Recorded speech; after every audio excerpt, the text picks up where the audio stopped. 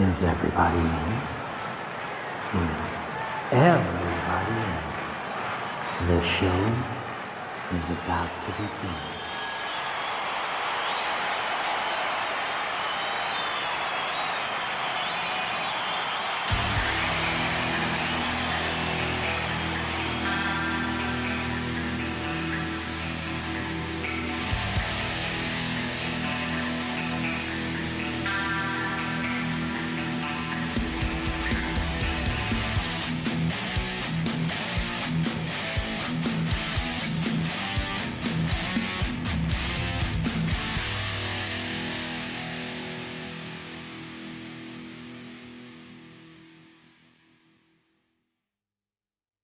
Hey, welcome to another episode of Concerts That Made Us. I'm your host Brian, and this week I'm chatting to Sean from the excellent Dublin-based indie rock band Wild Tibetan Monks. But before we get into it, I'd just like to remind you to find us and follow us on social media. Just search for Concerts That Made Us podcast, rate and review us on iTunes, and if you'd like to support the show, we're on the Buy Me a Coffee website. Now, before we talk to Sean, we're going to take a listen to his song Cartoons. I have to warn you, it's been stuck in my head for weeks and I know it'll be the same for you. But now, without further ado, let's get on with the show.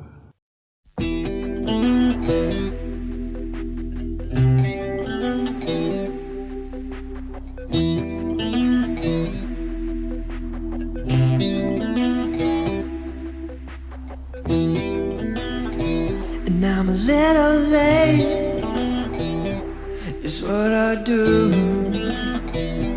And oh, please wait, it's much too soon. But you're in my head now, but I don't want it, I don't want it.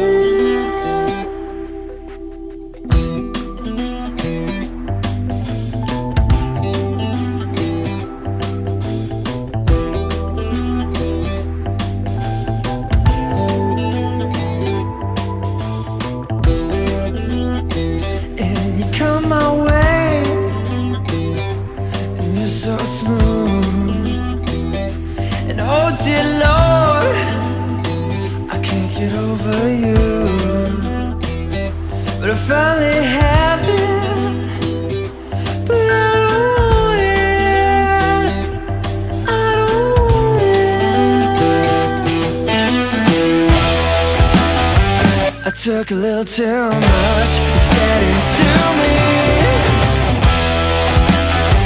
I take a little more time than I really need. Oh, become unstuck, what happened to me? No, I lost my way, what I really need.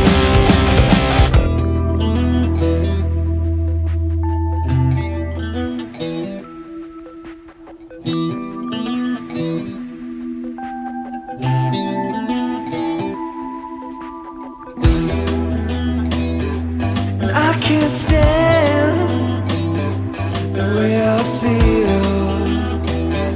You know, sometimes it feels too real. But I finally have it, but I don't want it, I don't want it. I took a little too much, it's getting to me. I take a little more time than I really need.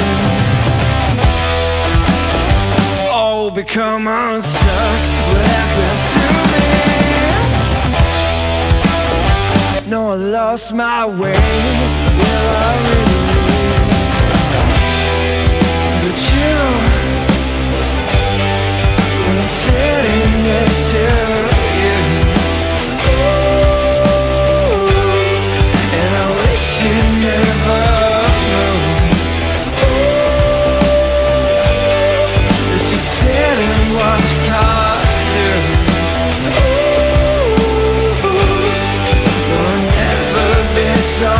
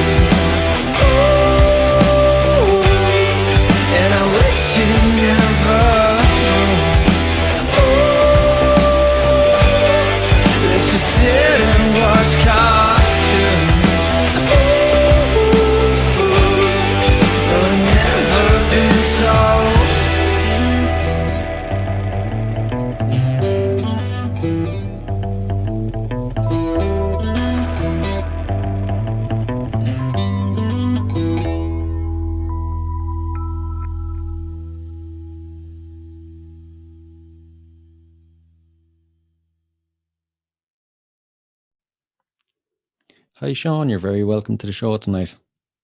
Thank you. Thanks for having us. Yeah. That's great to have you.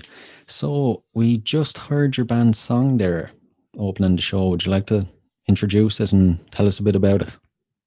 Oh yes, that song is it's called Cartoons. And we put it out a few months ago. Did really well. Got over 10,000 streams on Spotify and everything, and everyone seemed to like it.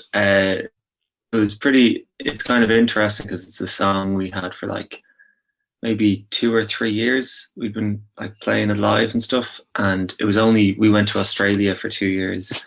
It was only when we went to Australia we started properly recording stuff, and that was the first song we recorded. So we did in this place called Rada Studios in Perth, in Australia, and the producer kind of made it his own. Like you hear, there's a lot of kind of synth stuff in the background, and that's really his influence on the song. So yeah. I was listening to it earlier on today, and it really does rock. Like it's the first time I heard it there last week, I was it opens and I was thinking it's a pop song, but then when it just opens up and it's pure like rock, and it's a great song, and it's one I definitely love to hear live. I'd say it really gets the crowd going. Oh yeah, like that's one where it's funny when you play it live. Like obviously that, to make the sound really full and make it sound good on a radio or whatever, you have all these synths and all these little kind of instruments around. But when we're playing live, it is just me and the guitar just playing that riff for the verse, and then everything gradually comes in. But then you just hit the drive pedal and crank it up. But your man, the guy Matt Geo, the producer, he was saying himself that he actually put like an extra hour of work into just setting up the amps we were playing through. So we had like 10 pedals that he's everything going through, and he was saying it even himself. He was like really surprised on how big a sound and how kind of crunchy he could get it. And he was like, "Oh, I've never actually got this like rock heavy before." And I was like, "That's exactly what we're looking for." Yeah. Yeah, it really does sound great. But how long have you been a band? Well, so we've been a band. I've been in and out of bands since secondary school, since I was like 16. But this band, we started in college, so it's been. I'm old enough. It's 10 years. 10 years. It's 10 years this year. Yeah. Jeez. Yeah, 10 years in maybe September, October. Yeah, it was gas. The whole way it started was I'd gone from a band in secondary school where we really enjoyed it, but then everyone went their different ways and we just couldn't really practice anymore. And my view to solving this was to start a band with as few people and with the exact same skill as I have. So I was like, oh well, just pick like 2 other people, and then you'll be able to coordinate everything. And so I remember going into college and I was just like, everyone that I meet, I'm going to ask them, do they play an instrument and do they want to be in a band? And it was funny. So our drummer Liam was like late to some lecture or something, and I was passed by and I'd been there the week before, and he's like, "Oh, do you know where this place is? I'm running late." And I was like, "Oh yeah, it's here and here." And then I was like, "Oh wait, by the way, do you play an instrument by any chance?" And I don't think he did at that time. He kind of, I think, like drum kit. "Oh, I kind of play drums, yeah," and trying to like make it sound like he could. And I was like, "Oh, do you want to be in a band?" And he was like, "Oh, okay." And then like we exchanged numbers, and he had to like run to that lecture. And then he had known, he'd met Ringo the week before and had heard that Ringo played guitar, and he was like, "Oh, we should get him in." And then that's how the band started. And then that was it. And then what really accelerated it was St. Vincent de Paul, the society, had this Battle of the Buskers thing. Right. And we saw it and we were like, "Oh, we should definitely do that." And it was definitely way too early for us to play a gig, but it was really good anyway. It was like in the middle of the day. But after that, we kind of said, "Oh, like this is actually something that we really enjoy," and just continue doing it. Yeah. You mentioned the other band members there. I have to say, I thought Ringo would be on drums. Yeah, a lot of people say that. It's funny because I didn't like. I'm not that good at music trivia, to be honest. Uh, and so that passed me for years. So his surname is Ring, and that's why he's always called Ringo. And so I always just thought, oh, Ringo from the Beatles. And I kind of, in my head, I thought, oh, that must be the other lead guitarist. Right. And then when someone's like, no, it's Ringo Starr, he's the drummer. And you're like, oh, that was lost on me for years. Like, Oh. yeah. So fast forward a few years then, and you went to Australia. Oh, yeah. Did you go as a band, or was it you just went for the experience and you happened to be there together, so you performed over there? Or? Yeah, it'd definitely be the latter. I love it the way when you have to do all the PR stuff for your music, people are always like, oh, and you were in Perth. We'll say you were gigging around Australia. And you're just like that's not what happened. Right. But yeah, no, we all went because all of our friends were going, and we actually all ended up living together. So, and that was just kind of like, we're in a group of maybe 10, 15 friends, and we just happened to be in a house together. And it was great because we realized like we could just play all the time. We had like the first week or two we went in, bought all the instruments, and we got two of our other mates to come in and start playing with us as well, because that's one of the things that makes a big difference is between the three of us we can record all the songs. Like, you know, Liam does drums, Ringo and me kind of do guitar, I do the bass, me and Ringo do the vocals, and then like we kind of work out the keyboards as well. Yeah. But like, you know, we can't really play keyboards, and like, you know, we're not really that good at guitar either, you know. It's kind of right. But in a recording set, when you're recording, it's like you only have to get it right once and you're like, there we go. yeah I getcha. But for playing live, having those extra people like makes a huge difference. So that's one of those things that when we move back, the other two guys are still in Australia. Right. So, but we still haven't had an opportunity to play a gig yet, so it hasn't actually been an issue. But as soon as things start opening up again, we've a few other guys kind of lined up around here in Ireland that might be able to play with us. So yeah. And what's the music scene like in Australia versus Ireland? It's cool. Like when we say Australia, it's more like we were in Perth, which is the main city of Western Australia. Right. But I think it's 2 million people, and it has the big thing is, I don't know what it was. Maybe it's because we went over with like a few hundred Irish people that they'd always come to all of our gigs. Right. That it always seemed like there was a bigger crowd, but that could be the reason. Like I remember we used to play gigs around Dublin, and it'd be at like, you'd play at some bar or whatever, but there's a lot of times the only people watching would be the band playing next, you know, and it'd just be like the three of you playing and that'd be it. And that's still good, but you know, like for original music, you know, what would you like if you're honest with yourself a lot of the time, what would you rather hear? Like someone playing all these songs that you know the words to, you naturally gravitate towards that a lot more. Yeah. And so like I don't blame people who like don't want to listen to our like original music. Like I totally get that. But in Australia, it seemed that the places that we were playing, like they always seemed full anyway. And it was like, I don't know, is it because there's no traditional, like you don't have trad music there, so maybe there was a gap there for live music, for original music. But yeah, the one thing I remember though was we played in this bar called Mojo's in Fremantle, just south of Perth, and I remember we got there and we've all our gear, because we're, like you say, a kind of alternative rock band. Yeah. And we get there and the place is dead silent, and you realize it's an open mic night, but you realize every other act is acoustic and really quiet acoustic.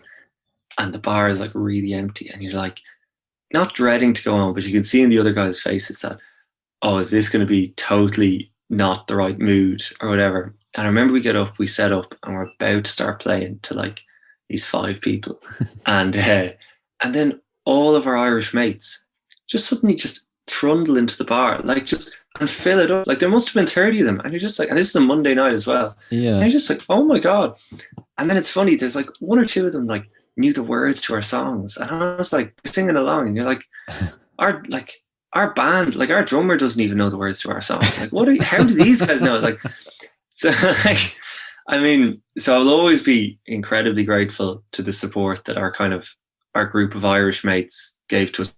So people that we don't even hang out with a huge amount, but like seem to come to every gig, sing along and everything. And you're like, it's absolutely, like, it does not go unappreciated. Like, it was absolutely massive. So, it's a bit different, I suppose, comparing that to Ireland.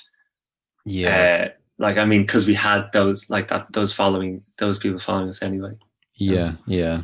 I imagine even without that, Ireland it seems like a very hard place to get on in a band, unless you're a cover band or you're playing weddings or something like that. For original music, like you mentioned, it's near impossible, I imagine. Yeah, we well, I suppose one of those things, it's like they say, they say near impossible, but that just means that if you ever do sort of break through, once you kind of hit that mark and people know about you, it's just that once you break that mark, everything's a lot easier, but you just have to keep working until you break it. But yeah, in terms of cover bands, like we did a few college balls, like small kind of charity balls, and maybe 600 people at it, and like not the like Trinity Bowl or anything like that. But it was gas, because we only ever played originals and might put 1 cover in a set, and it was just 3 of us playing originally.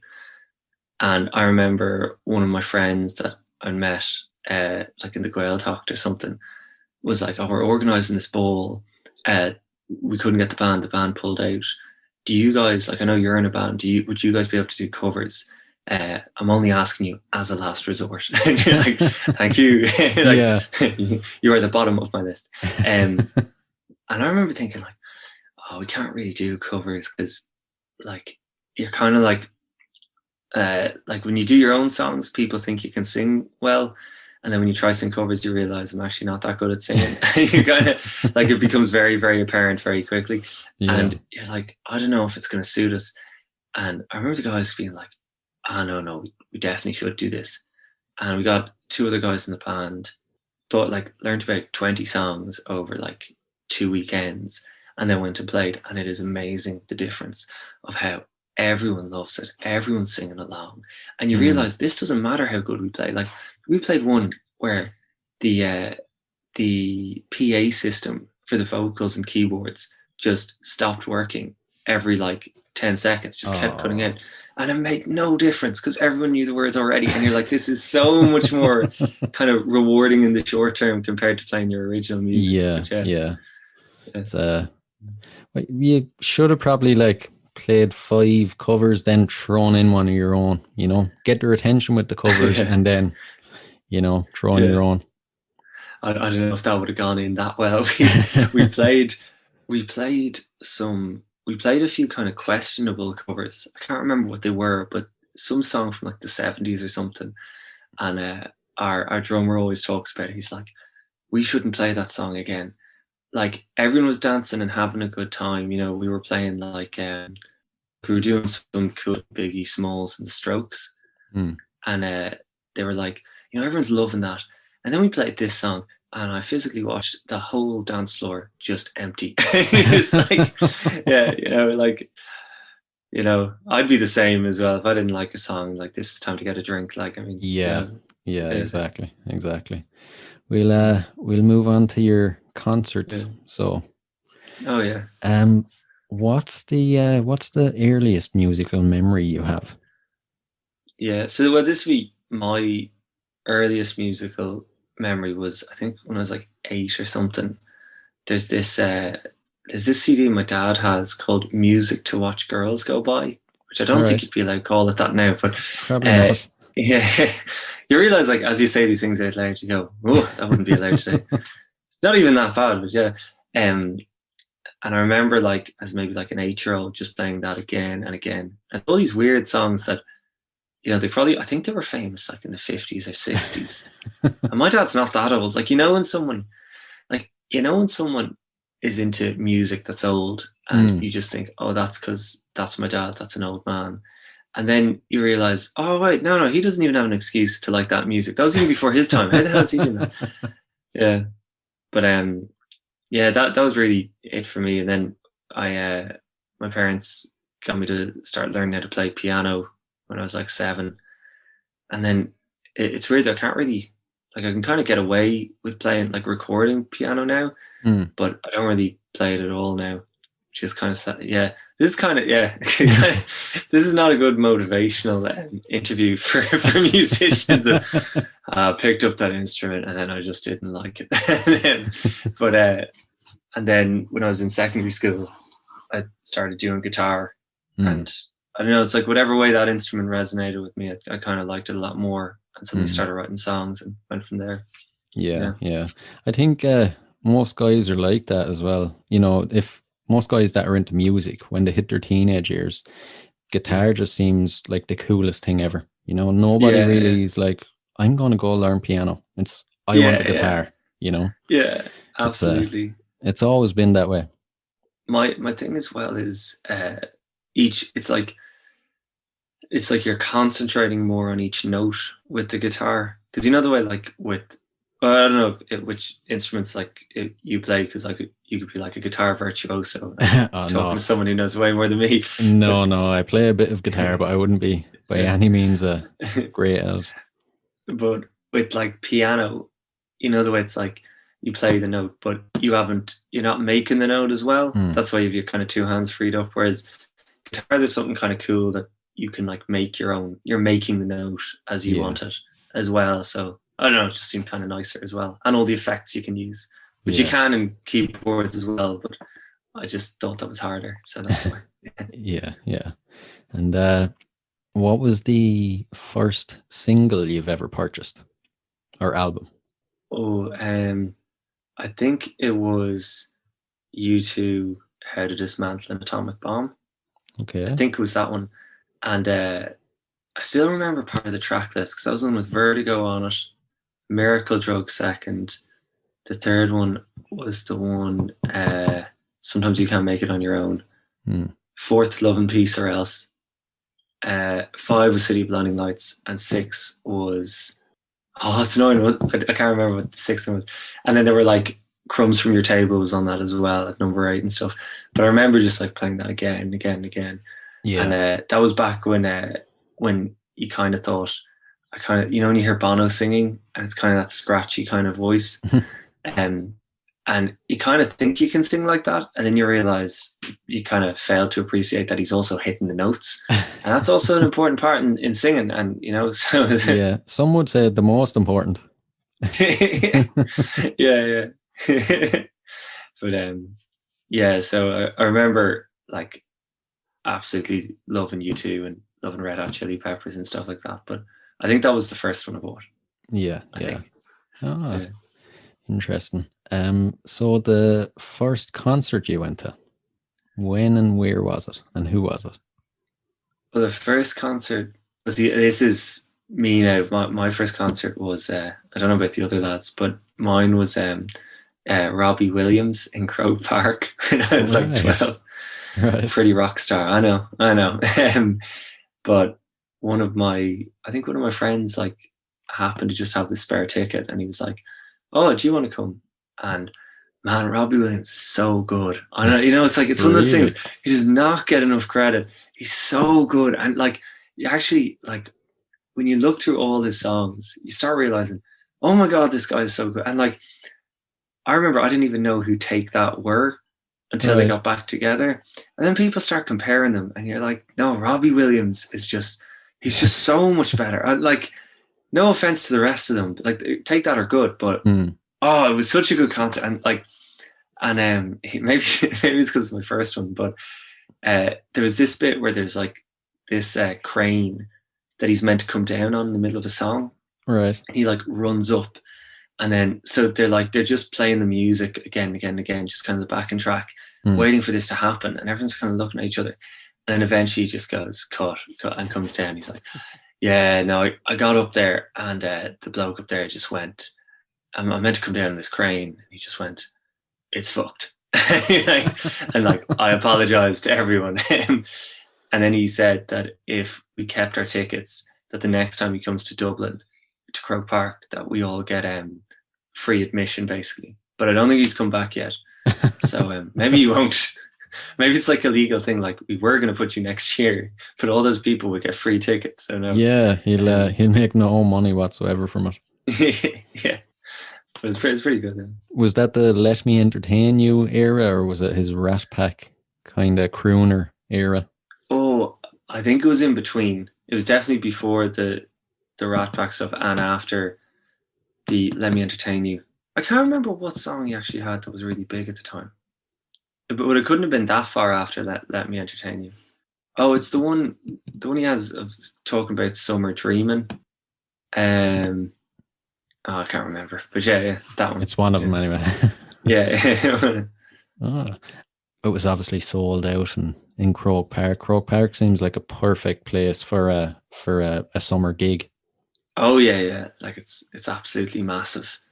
I went to me and my girlfriend actually went to Taylor Swift when she was here. So I'm a real rock star again, but went to Taylor Swift the last time she was here.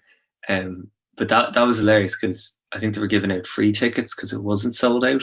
Right. You start realizing, yeah, because like all the videos of her walking around are obviously her with the crowd that are right up front, but it doesn't show you the rest of the stadium where like half it's empty, and you're like, man, that must be tough to play to, you know? Yeah, that'd be tough on the ego. Yeah, like I mean, us, like I'm well used to. I would tell you that like we've played to a crowd of no one before, so that was pretty cool. And so like I'm absolutely no stranger to that. But I'd say the bigger the potential that more people could have been in the stadium kind of hurts a bit more, I'd say. Yeah, geez. Imagine being that big as well and you actually have to give away tickets to get people to go. Yeah. That happened to Jason Derulo as well, I think. That all these actually, names I remember. Yeah, I remember hearing something about that. Strange. Yeah. And you think they're massive and you realise, oh, like it just, if people don't buy our tickets, don't buy our tickets. And it's that kind of thing. Yeah. We actually got so this is another kind of funny story. Again, these are the things that the PR team told me not to talk about. But anyway, it's like, this makes you look so bad. Like, we did this open mic night when we were in college, but again, we did it as an electric band, so we're like bringing all our gear. But you had to book into the open mic night, and it was like a kind of battle of the bands thing. Like I think you won recording time afterwards. All right. And so the organizer was like, "Oh, there's only 5 people on," and we're like, we get there and we're like, "Oh well, so will we just go last because we're the only electric one?" He's like, "Yeah, that makes sense. Yeah, just because it's kind of louder." And so great. So we sit there, and then it's like people just kept showing up. And I think he must have put 20 people on ahead of us. And like, I don't know, there's only so many singer-songwriters, like people doing guitar, just acoustic guitar, you can really listen to before it all blends into one. Yeah. And then what happened was at the end, like we go on at the end and we set up, they put us on at 4 a.m. The bar was closed. The only person in the audience was the guy to be there. And he's like looking like, can I continue? You're like, yeah, continue. Yeah. And you have to like, but you've gone there, you're like, well, we're here now, we have to play our set, but there is no one there, just the sound guy and this guy cleaning up. And I think the guys that won the competition somehow had already won and had left. And we were like, we haven't even played yet. Like, and like even buses and stuff, like to get your gear home, we had to like get a taxi or something. Like, oh, it's one of those things, it's like those solidifying moments where you go, yeah, this is what rock and roll is all about. Yeah, that's the one, yeah. I don't have any sympathy for Taylor, you know. She had at least 100 people there. Yeah, it's I don't know. I've always said to myself though, if she was out in the back garden singing, I'd probably like go out to the front garden. I can't stand her at all. Oh, really? Yeah, there's just something about her. I don't know. Like she has a couple of good songs, but I don't know. I always think it's funny though. It's like if you've a few, there's a few, like obviously music's subjective and all that, but Mm. if you have a song that's really well promoted on the radio, you'll find yourself, if it comes on in a club, you'll be dancing and singing along. And it doesn't really matter, like if that song was that good originally the first time you heard it, it's played so much, you love it.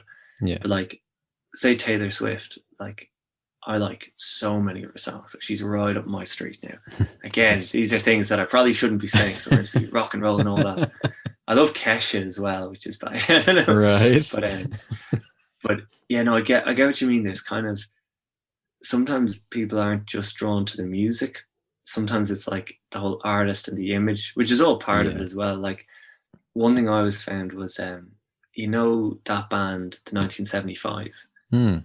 Like when they came out with Chocolate at the start, like first of all, loved the song, but I just thought they were so cool, and I realized like they could bring out any track, and I would instantly be like, "That's class." And like part of that is because I like that band so much. And it's the same with like Taylor Swift. You probably get like part of it is that if you kind of don't like her as much, or that kind of image, or not dislike her, but not like her, then it becomes a kind of thing where you're almost more likely to not like the songs. I always think if Foo Fighters sung the same songs, would you like them? I don't know. That's a very good point, actually. Yeah, it's like you're looking for reasons to dislike music when you dislike her. Yeah. It's not like someone's doing it on purpose. You kind of naturally have a bias, kind of thing. Yeah. Makes perfect sense. I've never thought of it like that. All right. I'll have to wait for the Foo Fighters to do a cover album of hers. Do you remember when the Soul Doctors did a cover of the Sugar Babes? No, actually. How I Feel About You Now. No. I went to actually, this is another gig I ended up going to. This was random. I was on holidays with my parents, and we were going up to some island off Donegal, and we're going through this town called Dunglow, and they had just blocked off the entire main street. They just parked a truck sideways on it and opened the side and got the Saw Doctors to play a live gig. And like, I just remember thinking, oh, this is so cool. But it was the same time they played the Sugar Babes. Sugar Babes had just released a single, How I Feel About You Now. And they just decided, let's cover that one. You're just like, of all the ones to cover, you're like, that's the one, yeah. Yeah, it's fairly random. Yeah. Did they at least do a good version? Nah. No, they did. Yeah, they definitely did. Yeah. That was pretty good.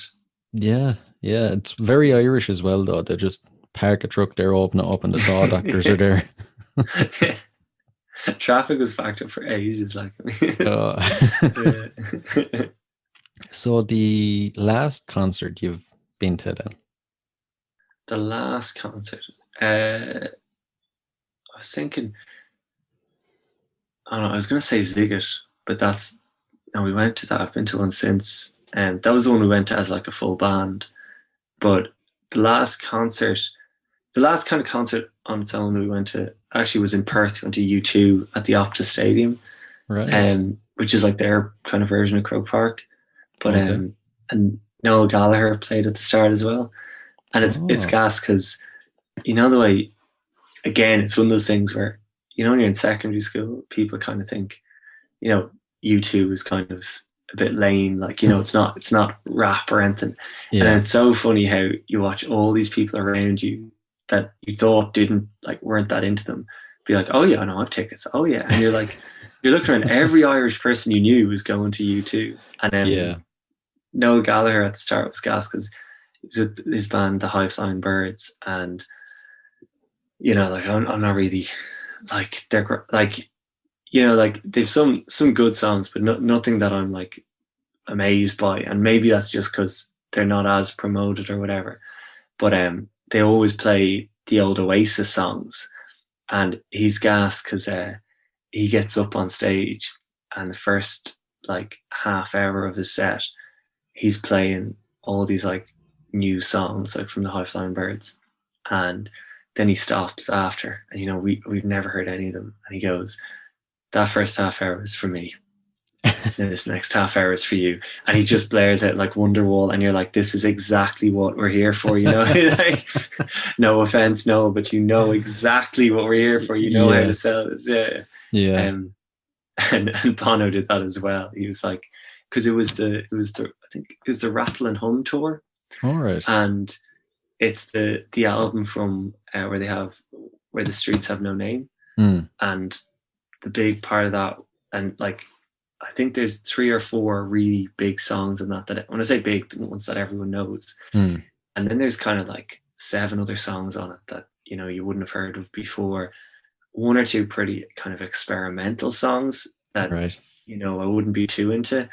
But they played like the whole album from start to finish in the middle. But he did announce, it's like, this is going to be the album, like, and then they started and ended with like bangers from the other albums they have as well. Yeah. It's pretty cool though. Yeah. I have to ask, because for some strange reason, Bono seems to be a running theme on my podcast, especially when it's American guests. They always ask me what Irish people think of U2 and Bono. They expect them to be like gods over here.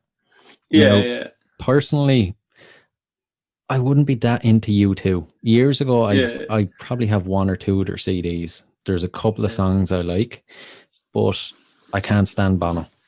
So I have to ask. So since you're obviously a fan, you've been to a concert, what's your opinion on Bono? Yeah, no, you're right. There are things like that, I suppose. Like I'd always be big into, like I was saying, that thing, like separating the music from the person themselves. So obviously that you can't always do that really, but music wise, I think like there's a few absolute bangers where you're like, that sounds so cool, that hits his voice so well. And then there's the odd song that you hear that you're like, oh, musically I'm not that into that. And you're kind of like, oh, like I can't really think of an example because I've probably forgotten the names of all those. But then he has a few songs, like, have you ever heard that song Wild Honey? No, actually. Or In a Little While. There are all these kind of B-sides that like you hear and you go, oh, that is really good. And like the more you delve in, you're like, oh, these guys have a few more than just the the main singles. Yeah. Then him as a person, I think he seems grand. But I think people will always have, it's hard because I suppose it's like that whole Live Aid stuff and everything. Like Save the World kind of thing, that any band that has that level of fame, they probably end up having this feeling that, oh, we should really do something instead of just kind of, I suppose on one hand, your job is to go around, play music. And at the end of the day, like, it's a business. So you're running a business. There's a product that you're giving people that they want and you're making money, and fair play to whoever's successful in that. But I think they all probably get to a point where they're like, oh, we should really like give back and we should use our platform for the greater good. And on one hand, that is like really well intentioned. Yeah. And then at the other hand, it's like, oh, I don't really want to hear that when I'm at a concert, I'm here to just forget about everything. I don't want to feel guilty. Did you ever, isn't that the one where it's like, he's in Scotland and he's like, every time I click my fingers, a child in Africa dies. And then some guy in the audience is like, stop clicking your fingers. Yeah. Oh, well, I've never met him personally, but yeah, it's always hard to kind of, I suppose, hear that stuff when you're like, oh, I'm just here for the music, Yeah, you're like, Jesus, Bono, will you shut up and sing a song? Yeah, exactly. Yeah. But then, like, you could meet him and that could be just the image he puts out, and he could be a totally down to earth, grand fella, Yeah.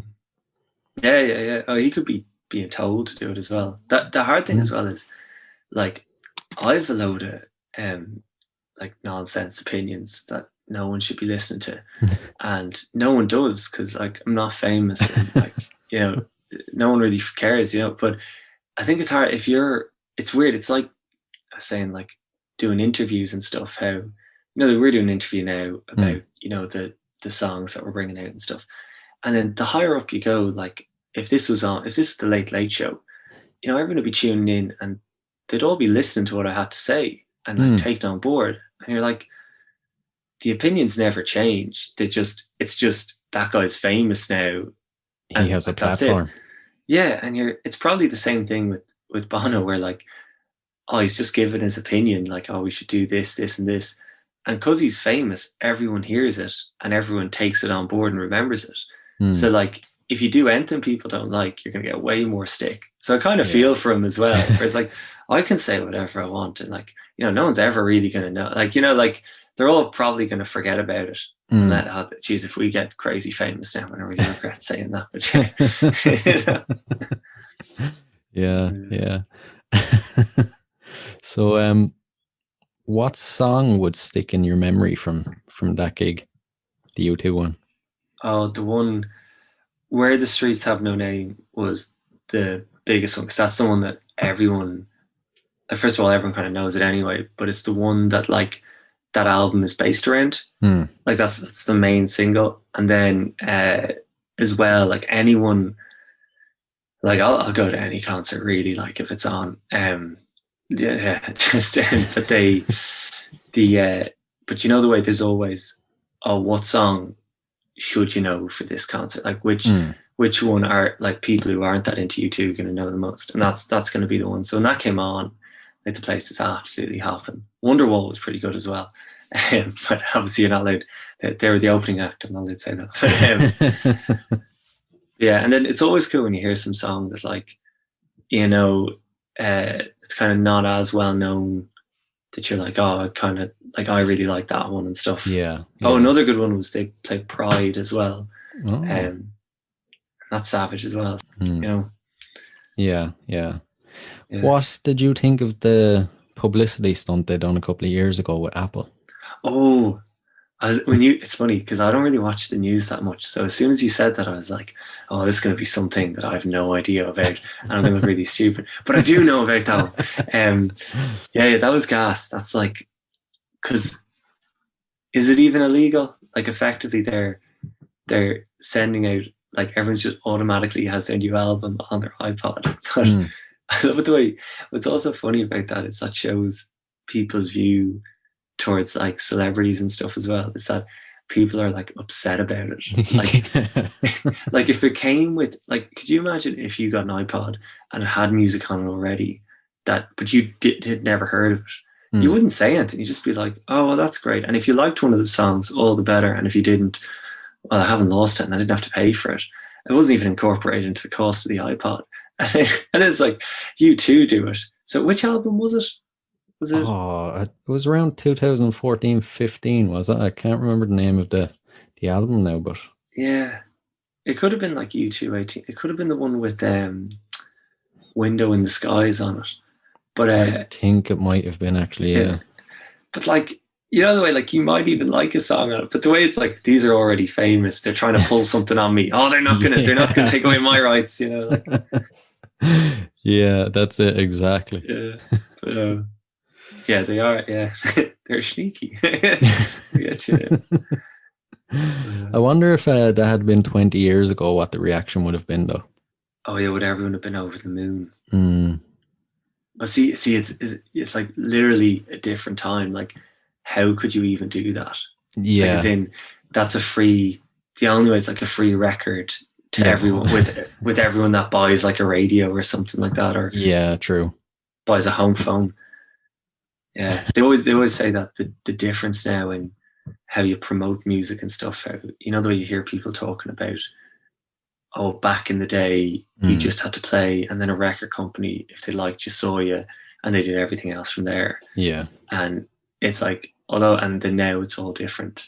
But you realize, like, the reason that happened was the only way you could get music was like by producing a record or buying records, which are expensive to make. So only like once you had a record made, it was in a shop, you were already like so far ahead of the game. Like you could easily be in the top 10 because how many records would come out like a week, So. Yeah, exactly. It's do you think it's obviously better nowadays than the way it's so accessible for people to record and release music themselves? I don't know.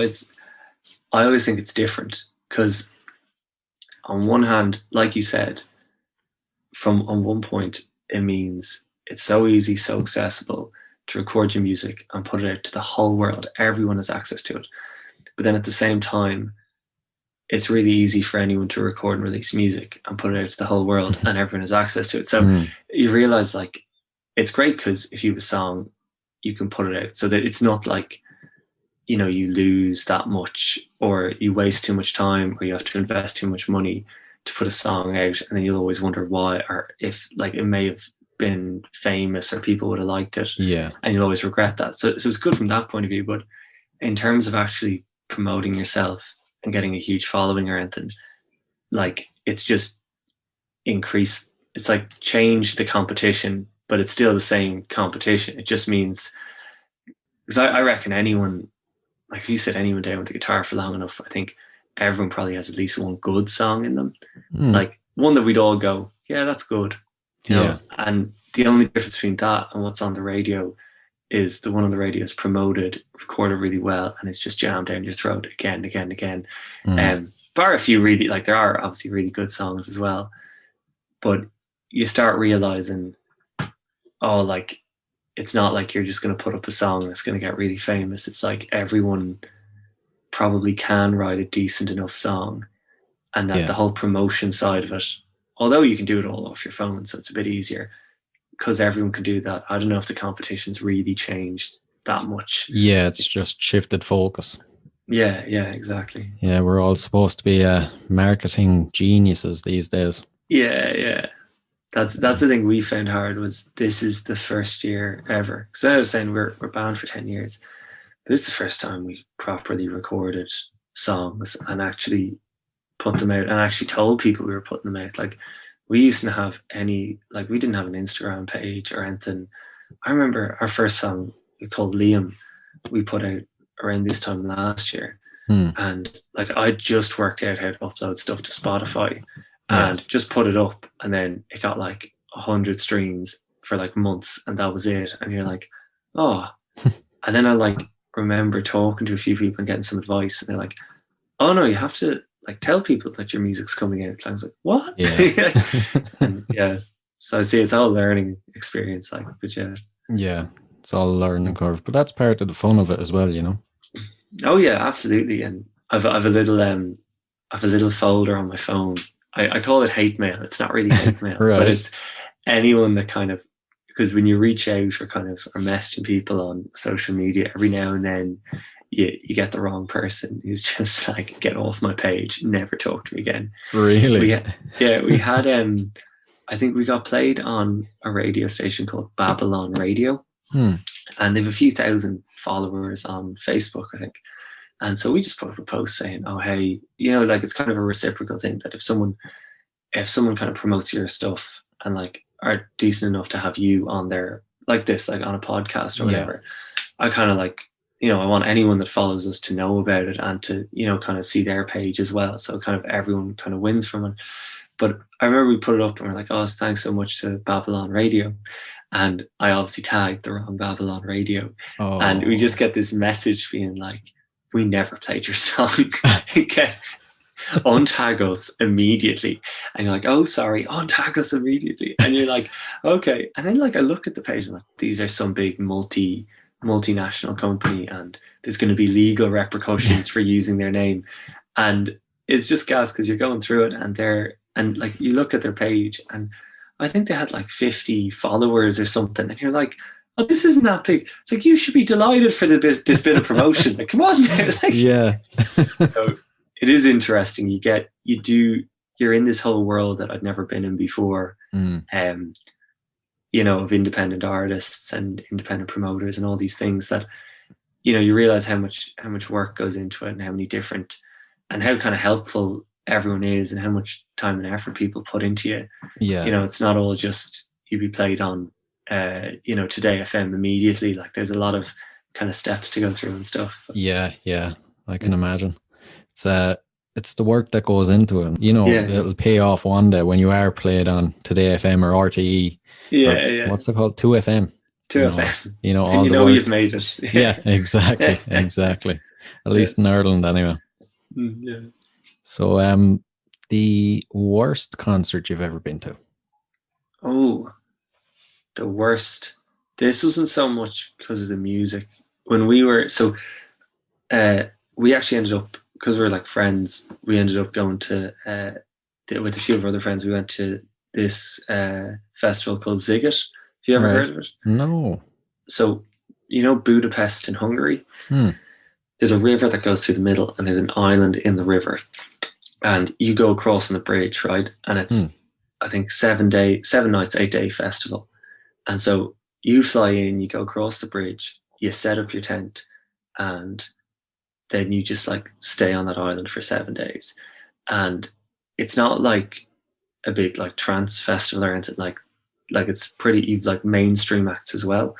So I remember that year, and it was really cheap. I think it was like €200 for the 7-day camping ticket. Oh man. Just thinking, now it's gone up since. I think that one we went to was like just the right, like it's very cheap and had this amazing lineup.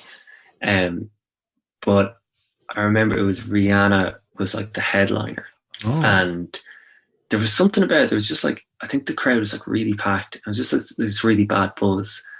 And I remember this girl came up and just like grabbed my arm and just took a bite and just like would not let go. And it's weird because you kind of like, what are they doing? And you don't want to overreact or anything. And obviously, like, you don't want to hit someone either. So like, especially if it's a woman as well, because that's like, and you're also like, maybe they're not biting me that hard. Am I just overreacting? And then you're like, oh no, that's really hard. Like that's going to remove flesh soon. And I remember I had to like twist her nose just enough to like get her to release her jaw. And then I was like, oh, thank God. And then it was weird. At the same concert, there was this really small English girl. I think she got separated from her friends. And it's this horrible thing in concerts where I think people get a bit grumpy, if someone knocks off them or not. And like we're all like, we all do it. We all get a bit grumpy from it instead of kind of embracing the chaos. Like, if you haven't slept in 6 days, it's going to get to you. Yeah. And I remember this girl just suddenly like, she's like, she gets kind of pushed from behind and ends up pushing into kind of a bigger girl like in front of her, who just like lays this massive elbow into her ribs, drops her straight away, she hits the deck. And I just remember thinking like, and she's like bawling, crying. It's so like, it's really sad as well, because she's probably like, late teens, early 20s. And you've kind of like, there is kind of like you have just kind of assaulted someone. And it was, the funniest thing though was the girl that did it, like just kind of, I was like, what are you doing? And she just like looks around like, oh, I didn't do anything. And it's like, we all saw you just like KO this person. But we had to like bring her to the medical tent and stuff, and kind of missed half the concert. Oh yeah, but she was bald, right? Like, right, so she nearly ended you, man. Yeah. But yeah, that was kind of, I don't know, just kind of those kind of sad things you see where that's not really so much that's definitely not Rihanna's fault. Like, she didn't send that girl out to take that one out. Yeah. But I just remember thinking, it was weird, every other concert, every other part of that festival was so good. Like, you'd bands, Sum 41 were at it, the Antford, that South African band were there. Tiny Tempo was there. Like, all these like just so many acts that were just amazing. But that would have been the worst one, just that part. Yeah, and the girl that took a chunk out of your arm, then, was there any other interaction after you twist her nose? Did she say anything? Did you ask her like, what the fuck are you doing? No, I think your one lay in that elbow pretty quick after, and that kind of, I never saw that girl again. That kind of gave her the perfect out to get away. Yeah. That, I suppose in a way that was good, because she was behind me and I would have been watching my back the whole concert. You would have been a little bit scared. So every cloud, I suppose. I didn't get elbowed in the ribs. So my arm's fine now though, so it's okay. Jeez, that's definitely the weirdest experience I've heard at a concert anyway. You should have just told her to go find the food court. Oh shit! I was probably meant to say something real rock star, like, "Oh, I had a bad trip on a load of drugs" or something like that. But yeah, we were saying like we're called the Wild Tibetan Monks, but we're really quite tame. Like, yeah, Right. like we don't have anything. Again, we're not anti-drug or anything, but like none of us like take any drugs or like don't drink to excess, and like we're very, very kind of like we wouldn't be the band to follow with the camera, like, you know, nothing exciting had happened. How did you get the name actually, or come up with the name? Oh yeah, no, that was just me. That was just yeah, like it doesn't have anything to do with Tibetan monks in any way. It just I don't know, it just kind of, it was in kind of 2011, it just kind of came to me one day, and it doesn't have the same amount of syllables, but it has the same kind of ring to it as Red Hot Chili Peppers. Like, it's kind of a long name, and I just kind of like the ring to it. The really weird thing though was, we were talking about this before, was like, so I come up with the name. The band are like, "Oh, it's kind of cool." I remember there's been lots of times where people have been like, "Should we change the name? That's a bit weird." And then Ringo one day, like this, like a year after we've been a band, is like, "Oh, there's this other band called Hardcore Priests of Yemen. Did you copy them?" And I'm like, "No, I didn't copy. I've never heard them in my life." And then we're kind of like, "So they obviously copied us." And they're like, so we're based in Dublin and they're in Galway, and we're like, Yeah. "Oh, these bastards, they're after just copying our name." And then and I'd kind of believed that. And then I did like an interview with Damar's Entertainment on YouTube. And it was funny because in it, I was like, "But, you know," and he was like, "Well, when did they start?" And I was like, "Oh, I don't know, but it must have been after us, obviously." And he's like, "No, I can check it now." So like during the interview, he like gets on Facebook, goes through and is like, "They started in 2010. And we're like, when did you start? 2011. And, and so they obviously had that name before us and just randomly like came up with it at the same time. And we're saying it'd be cool. I thought that lockdown would be over by now, so that's sad. But we thought if we could do a joint gig, just promotion wise, like that would get everyone's attention, you know, Wild Tibetan Monks and Hardcore Priests of Yemen. But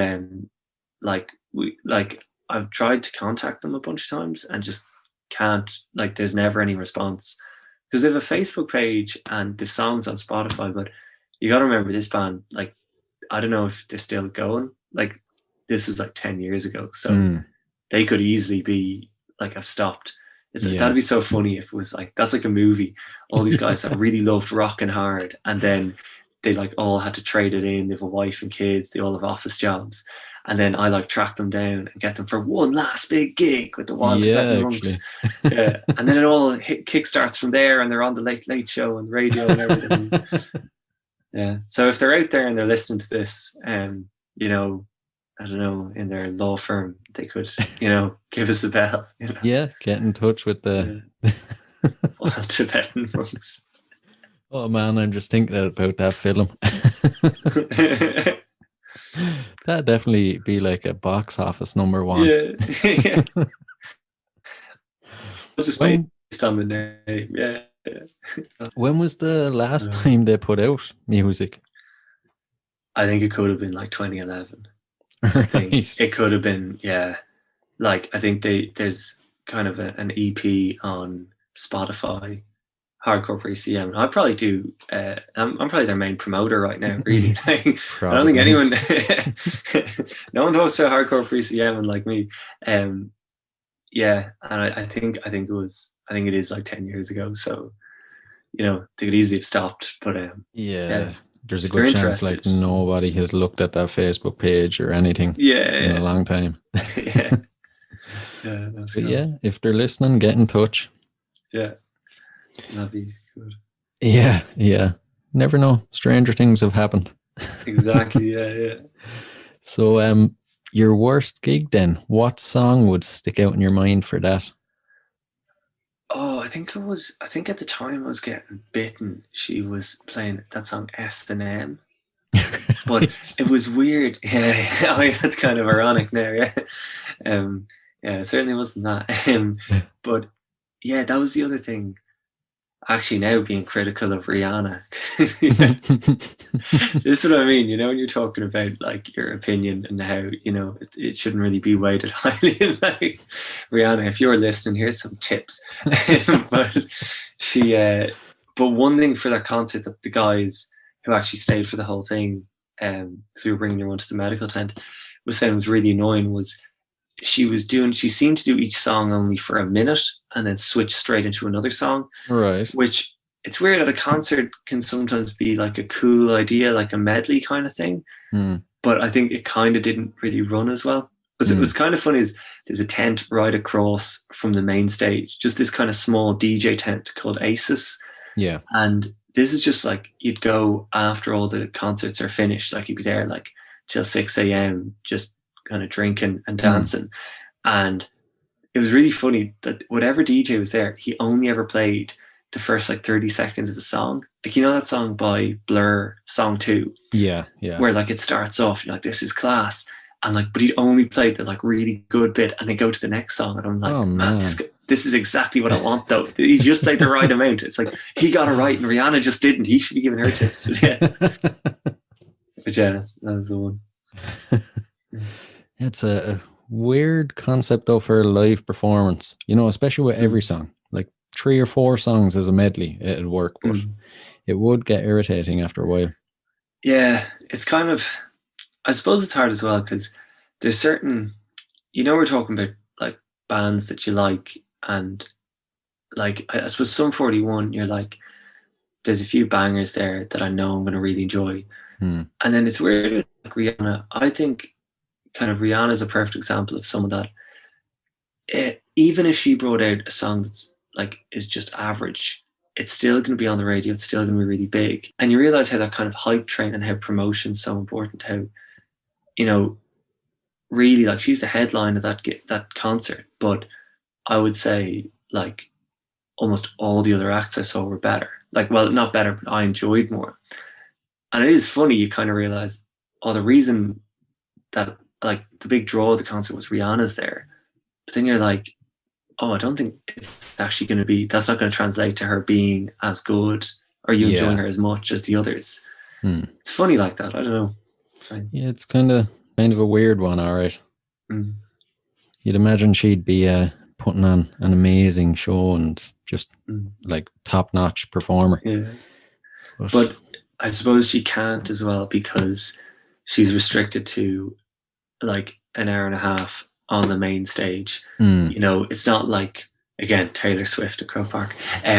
Like Taylor gets to bring her own stage. All these big snakes come up. Yeah. These balloon snakes, they were massive. I don't know, do they like represent John Mayer or something? But she like gets to go around and like, you can't really do that at a festival because it's like the festival say, here's the stage, you got to play on this. Yeah. And you get to do your effects, like, Yeah. So I understand. It's not all about you, like. Yeah. So, the best concert experience you've had? Well, that would have been the same festival, Ziggit, which I'm still dying to go back to. We were going to go back to it just before we left for Australia, and then it didn't happen. And now we've come back and everything's locked down. And I want to go while I'm still young enough and able to recover.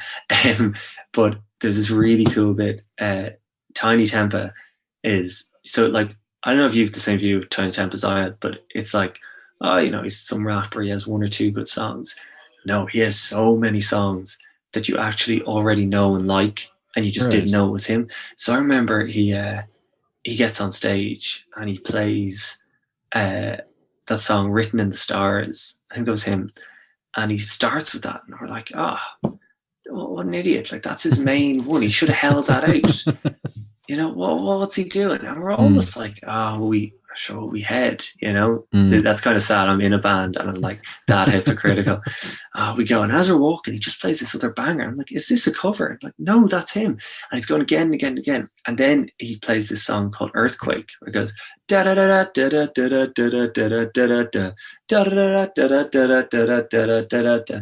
And for each of those bits, he choreographs it. So he's like, okay, I want everyone to like put their hands up and bounce 4 steps to the left and then 4 steps to the right. So you go da da da da da da da da, and the whole crowd are like synchronized. And you're like, oh my god! It's like, again, it's this idea. I know I've said this phrase a lot, embracing the chaos, where you're like, this is definitely so dangerous. And if anyone falls, like they're not getting up, like, you know, it's game over. Like, but it was savage. And I just remember, like, I think that was the big point that I thought was like the best part of the whole festival. Yeah. Well, it certainly beats getting bit in the arm and seeing some young man getting floored. Yeah. She hit the ground so hard. She was okay in the end. Sorry, just so everyone knows. Good.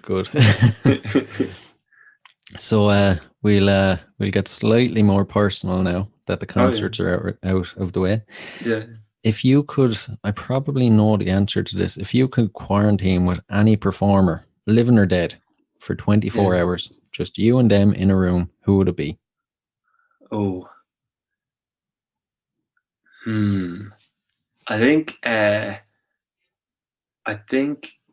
if it was from a musical point of view, I think you know the Red Hot Chili Peppers lead guitar, not the one Josh Klinghoffer now. No offense to Josh, but you know, John Frusciante. Yeah.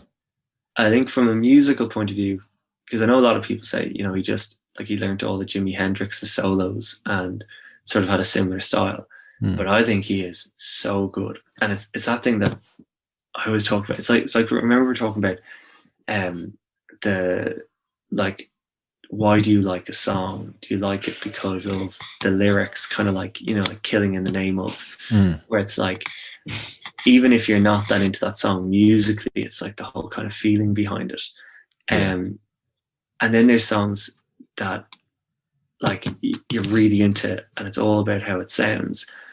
And that's a big thing he was always seemed to be able to do, was in his backing vocals and in his solos and his like riffs. He always managed to, I know this sounds really simple, but he always managed to make something that sounded good.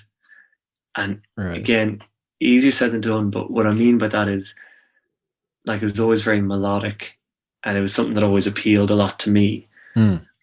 Because I find when you're writing a song, it's very easy to kind of write stuff that's almost like filler, that you're like, oh, we should put something in here. Yeah. And we're all guilty of it. And especially like if you're trying to make your whole living out of this and you had to produce an album every 2 years, I could easily see myself just kind of writing stuff that, you know, doesn't sound bad, but, you know, wholeheartedly I wouldn't be like, this isn't my best, you know? Yeah.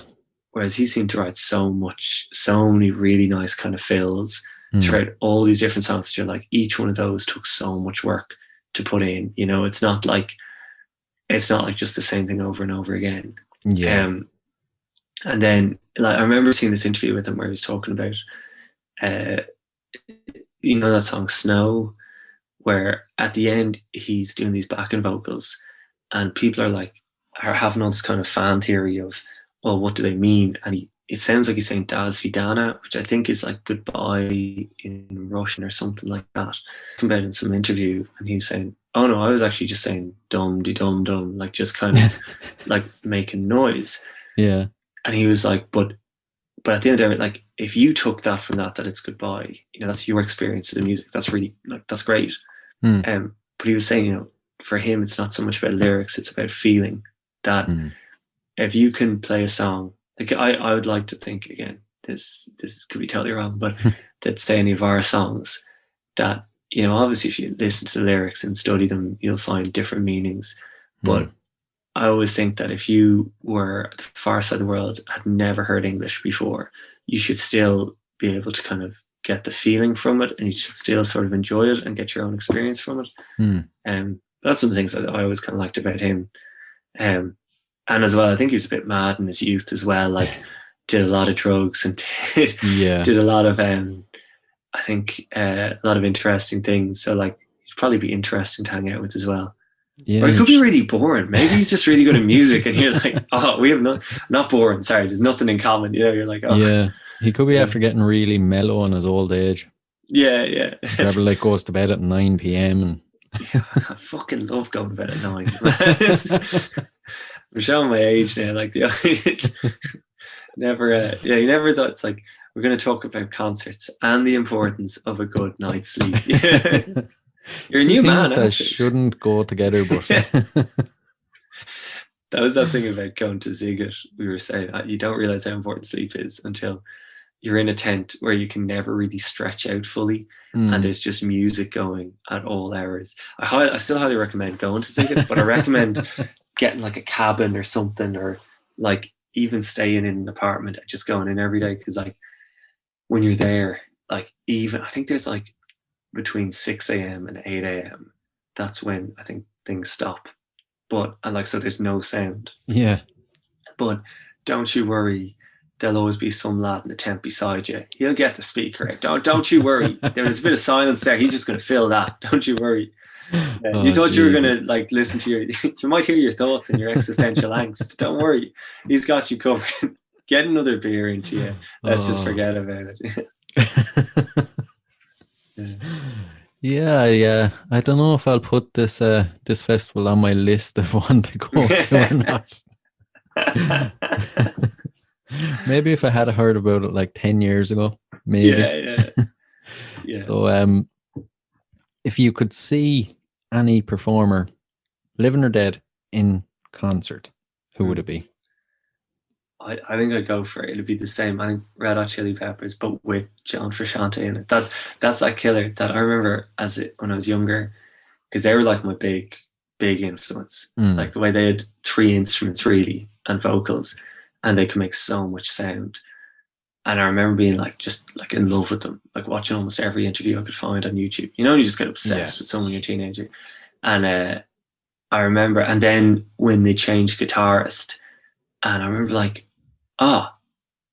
even though they're all still alive, like I can't ever see them. Like it's not going to be the same. And it's one of those things as well. I think they show a really good example of, obviously they definitely have songs that I probably don't like as well, but I think they're a really good example of like how much work you can put into writing a song, and how like if you listen to any of their songs, like majority of their songs, you know, the way you could easily write a song and you could easily just strum 4 chords through the whole thing, and say you want to write bass, you could just strumming notes the whole time. And there's nothing wrong with that. That suits certain music.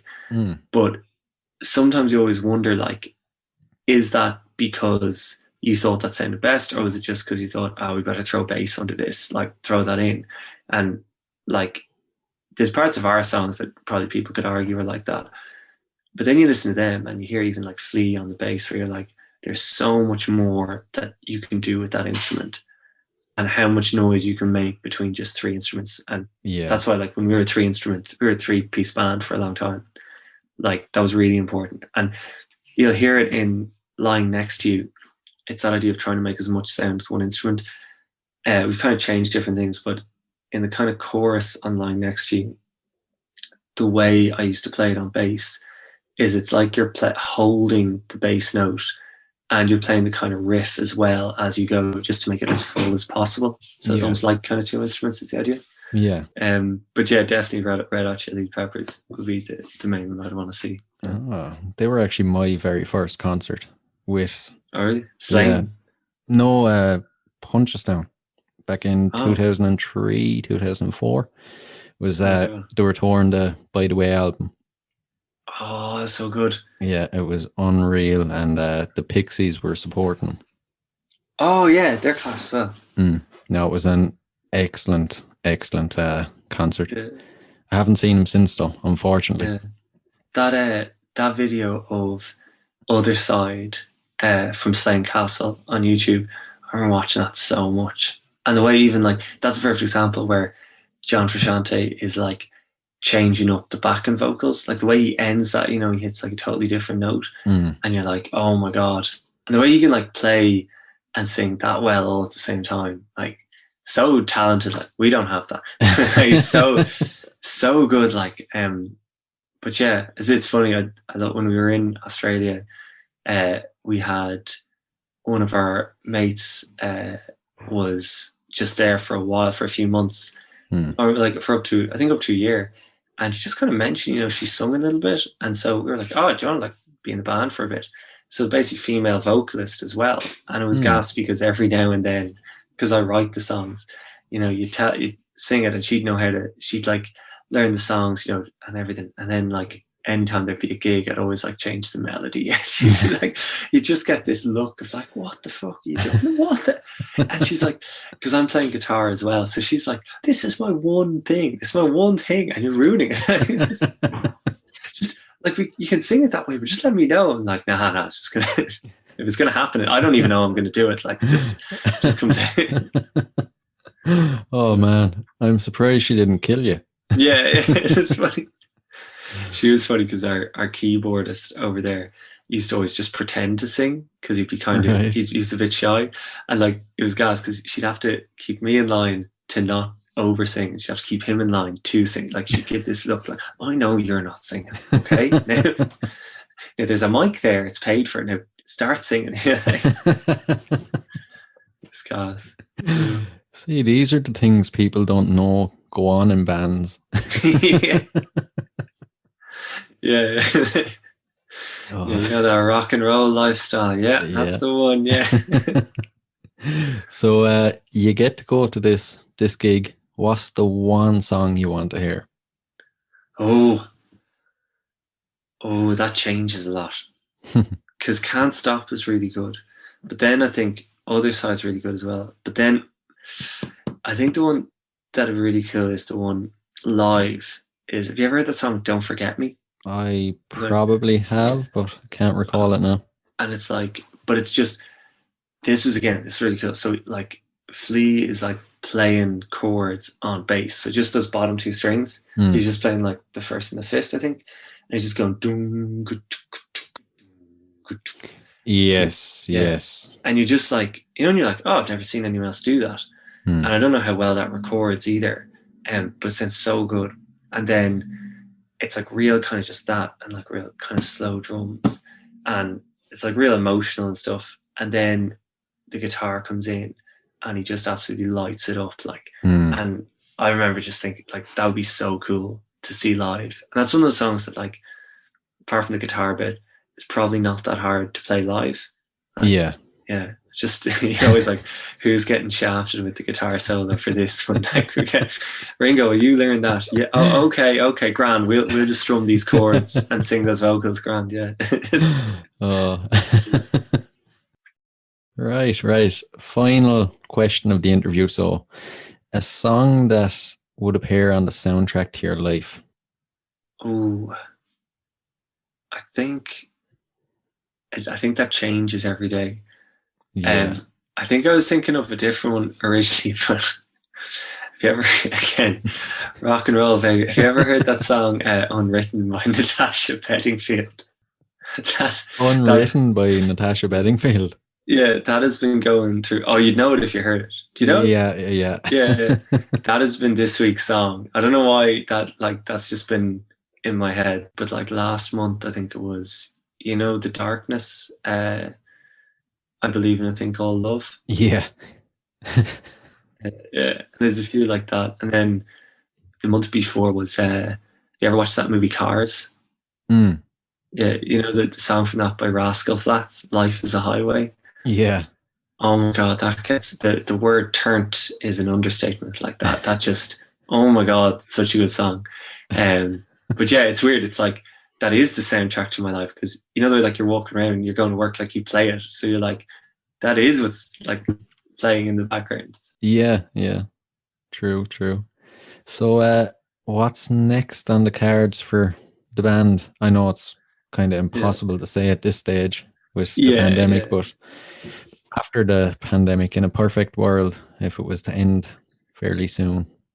Yeah, so we brought out Lying Next to You there about a week or two ago, so that's still out. We're actually, at this point in time, we're bringing out a lyric video for it on YouTube, and hopefully that'll get a few plays as well. We've one other track called Navy that's recorded and mastered at the moment, and we'll release that in the next few months. But the big thing that we're going to have to start doing when restrictions ease up is record the rest of our songs. So we have about maybe 15 songs we want to record in total, and it's just gradually getting that down again and again. And see, once they're recorded, like everything else can be done online. Like everything else, like promoting it is a bit easier nowadays. But the big thing we want to get back to is doing live gigs. Yeah. And again, in my head, I had envisioned us and the Hardcore Pre-CM and maybe like 1 or 2 other bands, doing some live gig at I don't know, I kind of thought Galway or somewhere.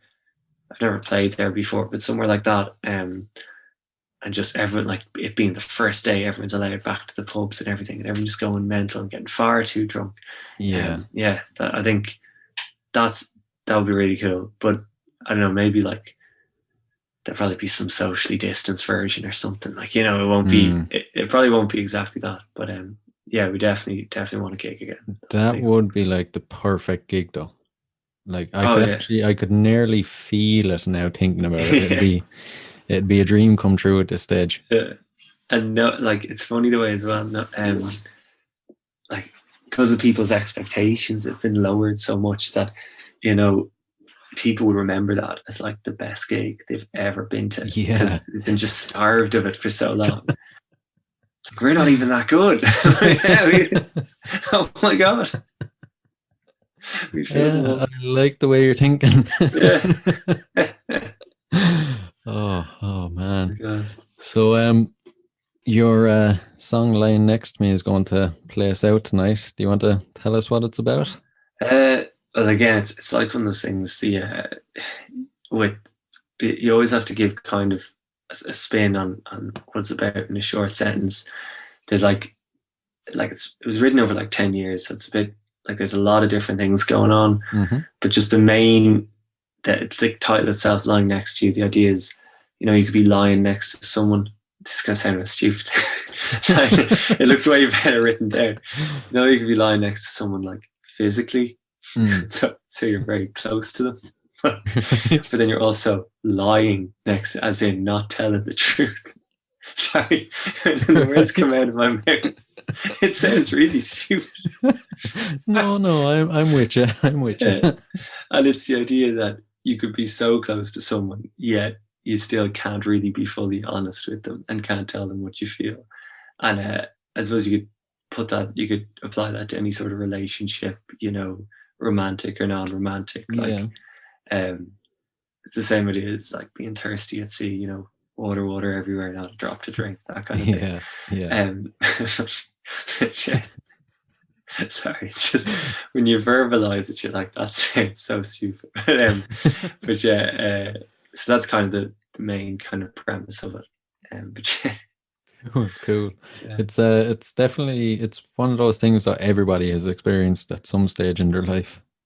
Oh yeah, absolutely. So even like your boss at work, like, or you have to all be nice to people, but you could work beside someone your whole life and never really tell them that you fucking hate them, kind of way. Like, it's kind of, yeah. But importantly though, with all our songs, is we like, for promotional purposes, we do have to give people some idea of like what genre they are, what they're about and all that. But if say you listen to this, it means something completely different to you, that's totally fair. Like, it's not like anyone's wrong or right.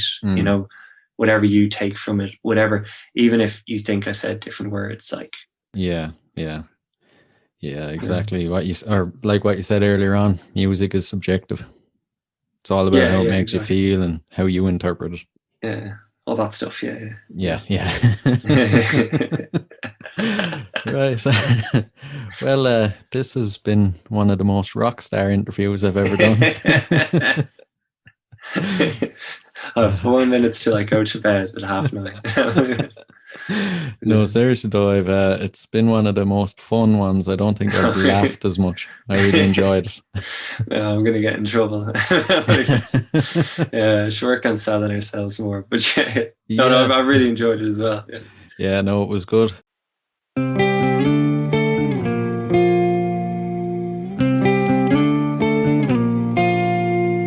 You got it. Well, I say, how you doing? Don't stop it. I can't stop my feet from moving. It tastes nice, but you know I'm still hungry. I don't know what to do. I love it when I'm lying next to you, yeah.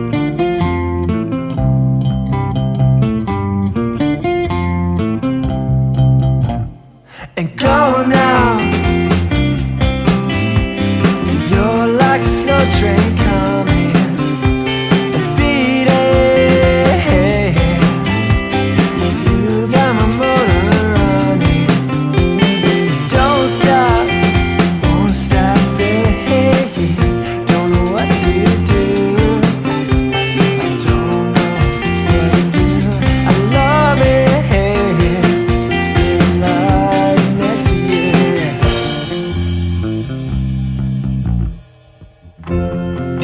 So cold, I am so dark, I am so warm, I am so harsh, I am so bitter, I can't sleep.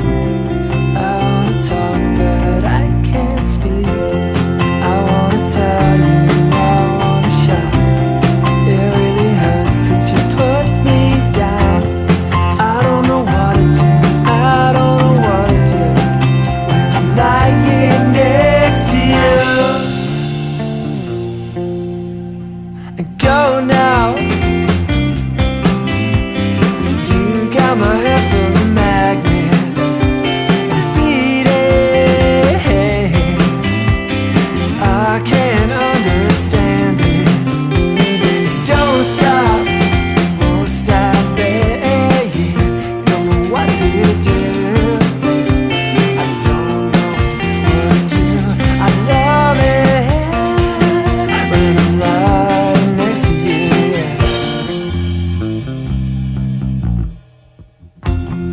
I am so cold, I am so dark, I am so warm, I am so harsh, I am so bitter, I can't sleep. I wanna talk but I can't speak. I wanna tell you, I wanna shout. It really hurts since you put me down. I don't know what to do, I don't know what to do when I'm lying next to you. Well, let it slide and close the door and come inside. You know I really want you more, so I'm letting you know, don't letting you go. It's not just me, it's what you do. It's so colorful, but you're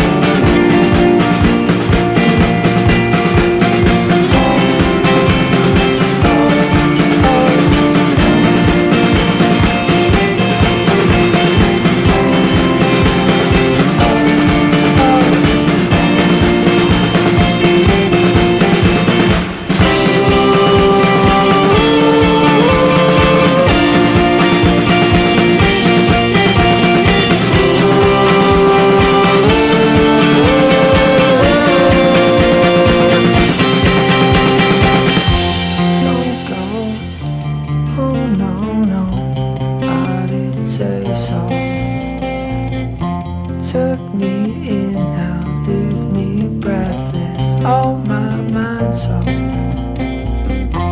complicated. Oh, I hate it. Oh, I hate it.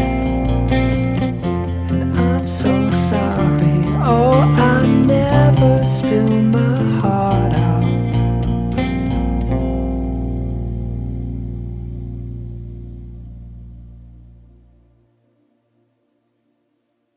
Well, wasn't that a great episode? I really had a lot of fun chatting with Sean, and I know Wild Tibetan Monks are going to be massive. I absolutely love their music.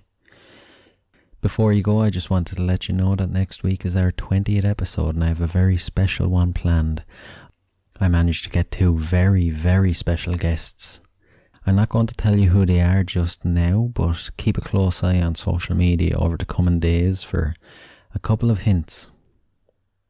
So until next time, keep rocking.